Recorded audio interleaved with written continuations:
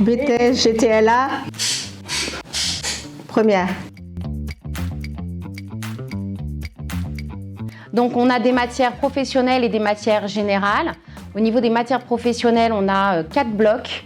On a 2 blocs qui concernent vraiment le transport pur et la logistique.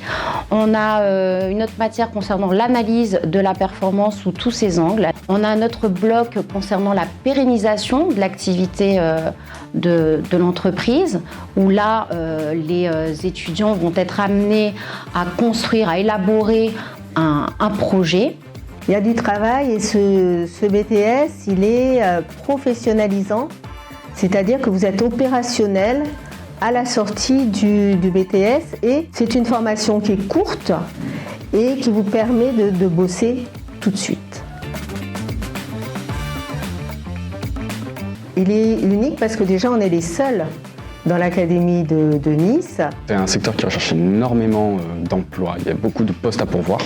C'est une filière très professionnalisante. On propose 14 semaines de stage sur les 2 années. Le salaire, c'est un des gros points forts. C'est vu qu'il y a énormément de débauchés, il y a énormément de postes à pourvoir. Au sein de la classe, on s'entend tous très bien, très bonne ambiance. Et enfin, je dirais qu'on peut travailler partout, à l'international. On a 3 grosses périodes de stage. Une première de découverte vers décembre, elle dure seulement 2 semaines. Puis on a un gros stage de 7 semaines à la fin de l'année, donc à peu près mai-juin. Puis on a un stage en 2e année, novembre-décembre, 5 semaines. On est dans le transport et de la logistique, donc on est un intermédiaire entre un vendeur et un acheteur, donc on est en fait un peu partout. Par exemple, l'organisation, tout ce qui touche au transport, les tournées, les réceptions de marchandises, les exportations, les importations, tout ça.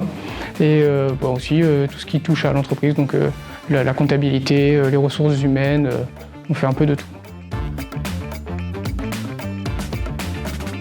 On peut autant travailler dans le transport routier, comme dans le transport maritime ou dans le transport aérien.